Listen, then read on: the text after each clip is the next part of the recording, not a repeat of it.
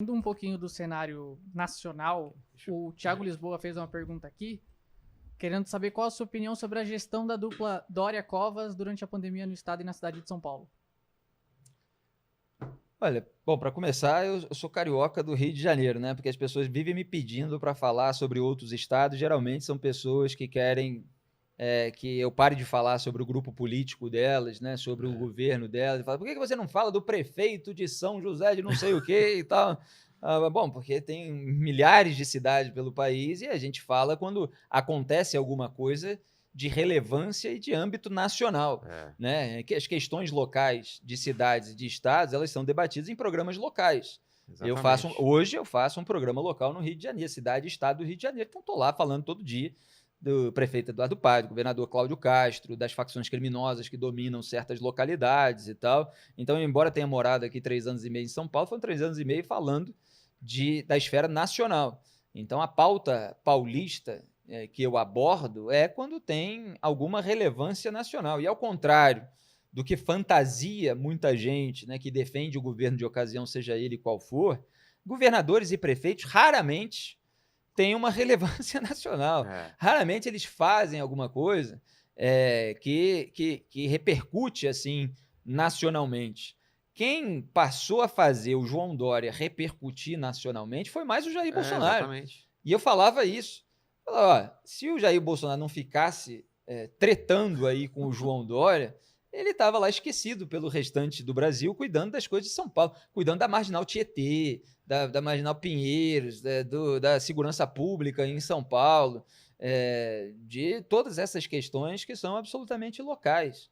Então, o Dória, ele, como marqueteiro que mesmo quando ele faz uma coisa certa, como incentivar o desenvolvimento da vacina no Instituto Butantan, ele muitas vezes peca pelo excesso de marketing, né? Ele é aquela figura ensaboada, com gel no cabelo e tal, com uma dificuldade maior de se comunicar com parcelas da população que não estão em São Paulo, principalmente, mas, enfim, ele como governador de São Paulo até tem áreas aí que tem maior repúdio sobre ele, que ele tem uma dificuldade de se comunicar, ele não tem aquele perfil mais populista mesmo, nesse sentido, de passar uma suposta autenticidade para o povão, né, como passam o Lula e o Bolsonaro, supostamente, né? Porque muito ali é calculado, muito é marketing, muito não sei o quê, só que eles têm aquele jeito mais próximo do povão, que o Dória não tem, ele tem aquele jeito engomadinho, almofadinha de elite, né? Agora, na polarização com o Bolsonaro a respeito de vacina, é óbvio que ele tem muito mais razão do que o Jair Bolsonaro. E eu defendo isso porque eu defendo a vacina. Não é porque se defende político. Eu defendo a vacina desde que a pandemia começou e apontei as iniciativas corretas do primeiro-ministro israelense Benjamin Netanyahu muito antes de vacinação ir para frente aqui no Brasil.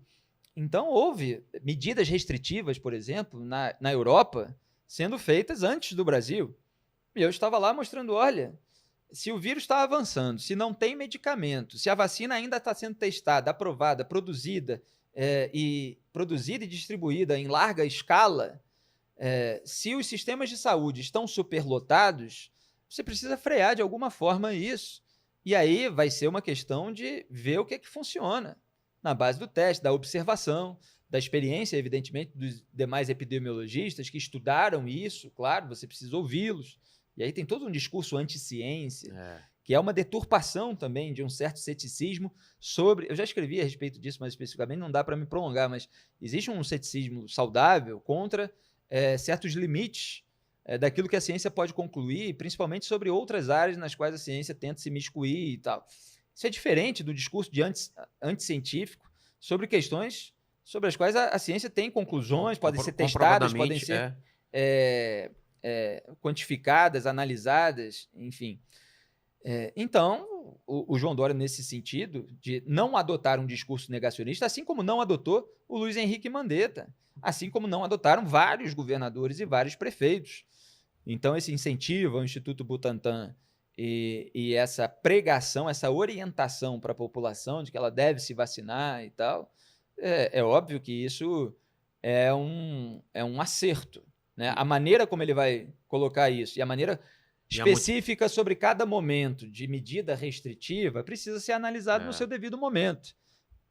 Então, há várias discussões que são legítimas sobre a extensão da medida restritiva, sobre as academias, o horário. Se você diminui, você acaba abarrotando ainda mais. Se você se você estende, as pessoas vão em horários variados e tal. São todos argumentos absolutamente passíveis de discussão, e é claro que o governo tem que ter transparência para mostrar o que está adiantando, o que não está, com base em quais dados está tomando determinadas atitudes. Isso se faz na esfera local, eu tenho feito lá no Rio de Janeiro. Mas, assim, o que não dá para negar, e os bolsonaristas ficam negando, é que um lockdown bem feito, e não estou dizendo aqui que o Brasil, como um país continental, tem condições de fazer de uma maneira tão rígida e fiscalizar ainda e tal, como determinados países menores e tal fizeram.